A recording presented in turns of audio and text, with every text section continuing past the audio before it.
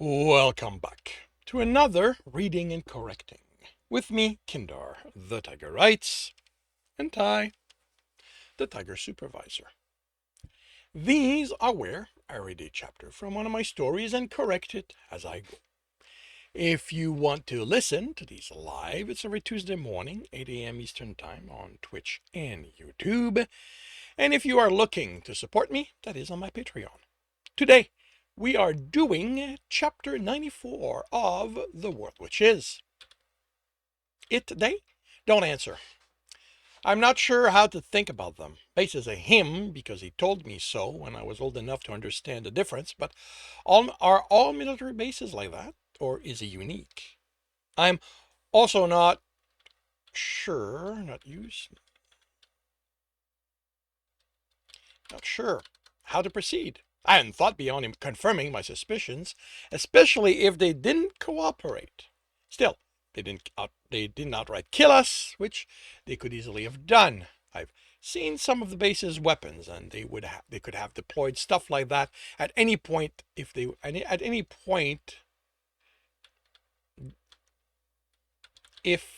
wanted us gone. We've been within their influence this entire time, after all. Okay, this is new. Brendan heads for the core. Don't touch it, I warn him before he's close enough to do that, and I default to it. Way to go, Dennis. Why? Looks to be valuable, so this is what poop is after. We take it to the club and it's all over. I don't think that's it. I remember Grandpa Lewis's story. The core isn't something someone can just throw in his inventory. If it isn't, what is it? Silver asks. That's the question, isn't it? Unless... Does anyone Xander work with have a military class? Brennan looks at me over the core as he walks around it. I don't know, but I doubt it. Although he has money, so he could hire anyone he needs. Well, why is that important? Because if he is, after this, he needs one of them. He looks at me in confusion. I look at my log, going back to when we entered and confirm it. Did you get a notification we'd entered the ruin? Of course I did. You had a pop-up? I hadn't expected that, since I always get them when I discover new ruin. That's too dismissive. But did you see it? I've had that minimized for years. His eyes flicks about. Just give me a minute. You could look at for your own, you know. Every explorer gets it the first time they... Now his hand joined in the flicking, moving to scroll through the list, swiping to other tabs. A lot of my friends use their hands too. First time I've seen him do that. Where the fuck is it? There isn't one. There's got to be one, Dennis. Every new ruin triggers a message. This is going to be easier if I can get them to communicate. Okay, I know you don't have much reason to trust us, but we don't want to harm you. I know you're a military corps because my best friend of sorts is one. My grandfather's is commander. I didn't come here knowing you would be here. I bring out Aaron's journal. We followed the really obscure clues in this. You have Aaron's journal. Bernard backs off like the ground suddenly opened up under him. The voice is male and comes from around us. Please always makes it come from one of the speakers he sets as decorations, so it's less confusing for us. How is he? I run the hand over the cover. He's dead.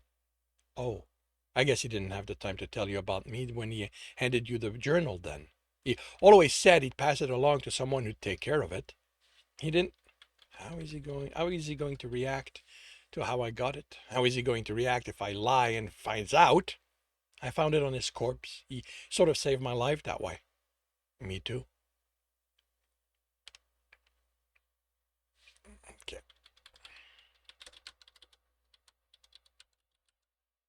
He saved me too. Dennis, can't you explain what's going on? Brennan asks, staying against the wall as he walks around the room to my side. How do you know about this? I told you about base, right? Yeah, but I thought it was someone you knew. You know, your best friend who has all those movies? He is, but he's the military base around which court is built.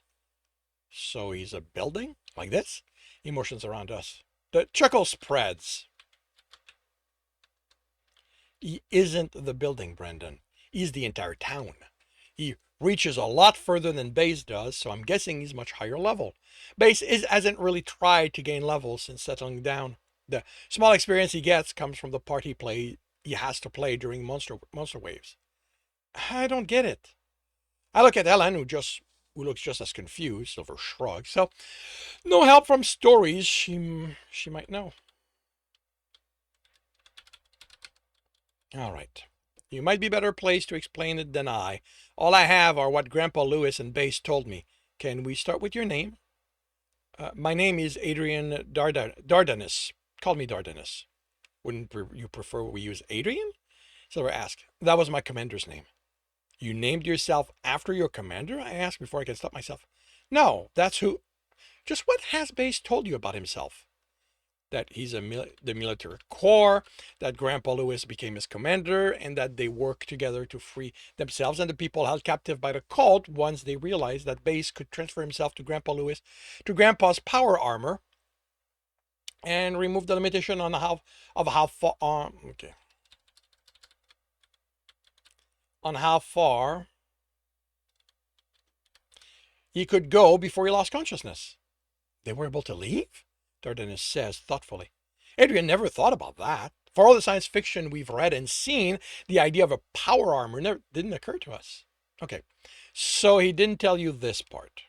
When Adrian touched the core and became its commander, it sort of made a copy of his personality. I started becoming aware of stuff around level 3. By 5, I knew who I was and everything that was going on, and introduced myself to him. Those initial conversations were fun, he said sarcastically. But with our background in science fiction, personally uploading wasn't that difficult to accept in the middle of everything else going on. With that, okay, and suddenly, so much of how Base acts around me makes much more sense.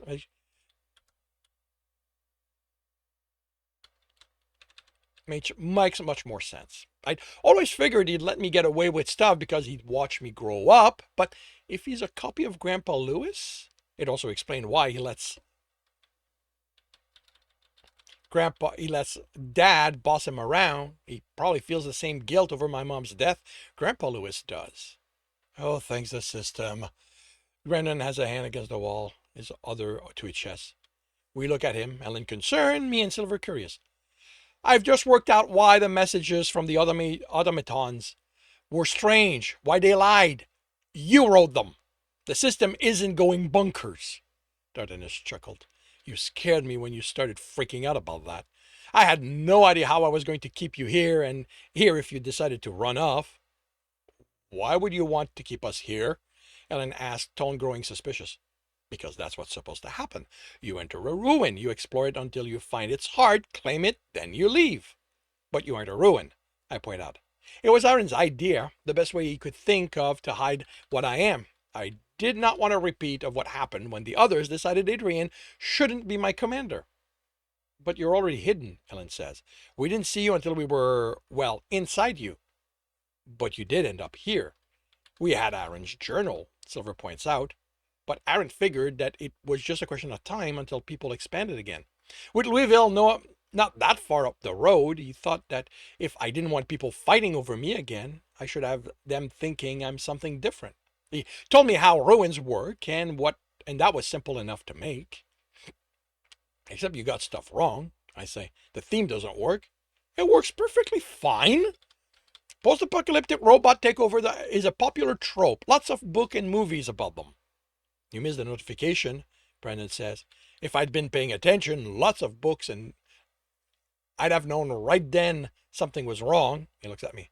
What? This is literally not the second ruin I've come across. And the first time, I was already in the middle of it when I got the notification. And this isn't something I'm training to do, so I didn't know to be aware for one when we entered.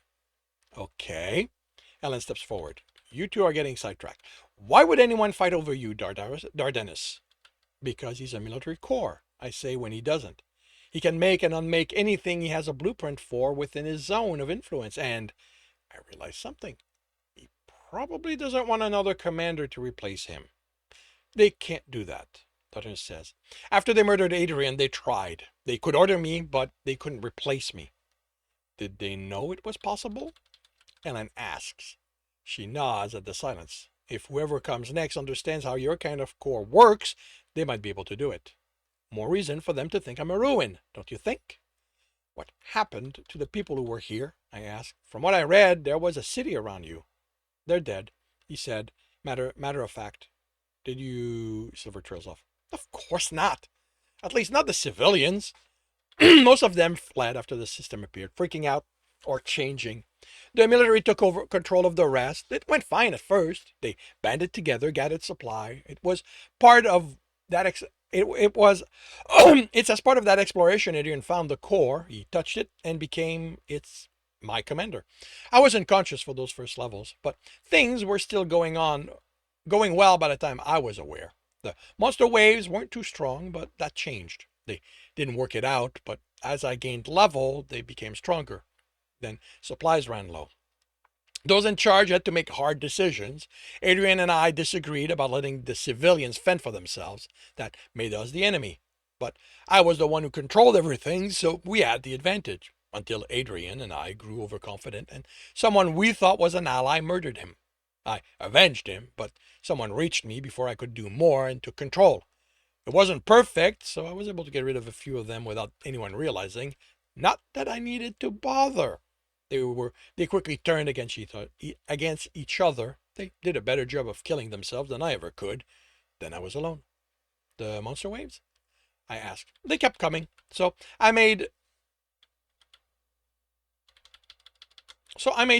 soldiers to take them down. I had a few people show up over the first decade, and each time it was the same. They took control of me and tried to turn me into a weapon to destroy their enemies.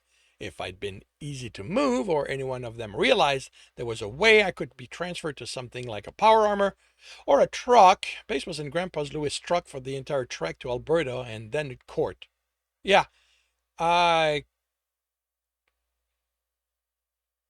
could keep something that simple running. But I don't want to think the kind of damage I could be forced to do. So I started thinking of ways to make it harder for anyone to find me. Science fictions came to the rescue again, and Light Deflection Dome to my rescue. How did Aaron find you? Isn't that in his journal? I know he wrote it down. That man wrote everything down. If there had been a page limit in that thing, he'd have needed a dozen of them. Most of it's locked behind a quest I haven't finished. Stuff came up that forced my hand. That Xander fellow? I nod. He put a price on my head when I wouldn't hand over Aaron's journal. And you decided to come find me. Why? To piss him off. We thought he was just after a ruin Aaron kept secret. We figured that if we found it first and brought the news to the club, he wouldn't have a reason to keep wanting me dead. You thought that, Brendan said. I told you it might not stop him. I shrugged. Now, though, I'm not sure what he's after or how to make him stop. Well, he's probably still after the ruin Aaron hid from him, Brendan says. Remember, he doesn't know any more than we did until we met Dardanus. But as soon as he steps through that distortion, he's going to know something's up. I'm going to adjust things, Dardanus says. It's not going to be enough. He's got 20 years of exploring ruins where I don't even have 10. I picked up on the inconsistencies, even if I kept trying to make them fit. He isn't going to do that. He's going to work out what's wrong and way faster than we did come to you. You can help me make a better ruin. Brendan laughed. I don't know anywhere near enough to do that. Not against someone like Poop. He's an asshole, not an idiot. It's not like he's on his way here, I say. We had a hard time enough finding Dardanus with the maps and in the journal and the research we did. Except people can tell him what we research, and he already knows about Nox, about the Nox. Once he looks into the books you looked through, it's not going to be long for him to realize the mistake we've all been making. Again, asshole, not idiot. And he's motivated. He wants what Aaron just because Aaron hid it at this point. So what? There's nothing we can do? I asked, not liking where this is going. About this. How about this Xander Poop character? Dardanus says. Is he 6'2", about 195 pounds, black hair, dressed in good quality travel armor? I have no idea about those measurements, Brendan says. But if that means he's a beanpole, add a beard, and you have him pretty well. He must have shaved, Dardanus says. Before we can ask what he's talking about, an image appears between us and him. Xander, standing at the edge of the city, with tough-looking people appearing on his left and right. Okay, Brendan says. How the fuck did he get here so quickly? And that concludes chapter 94 of Stepping Wild. If you are enjoying this, please leave a like. If you want to know when the next chapter will be up, subscribe and hit the bell. If you want to read this story, it is up for free on Royal Road. If you want to read ahead of that and support me in the process, that is on my Patreon, where we're about a dozen chapters ahead. And if you want to listen to these live, it's every Tuesday morning, 8 a.m. Eastern Time on Twitch and YouTube. Links are in the notes. And with that, I shall wish you a good day.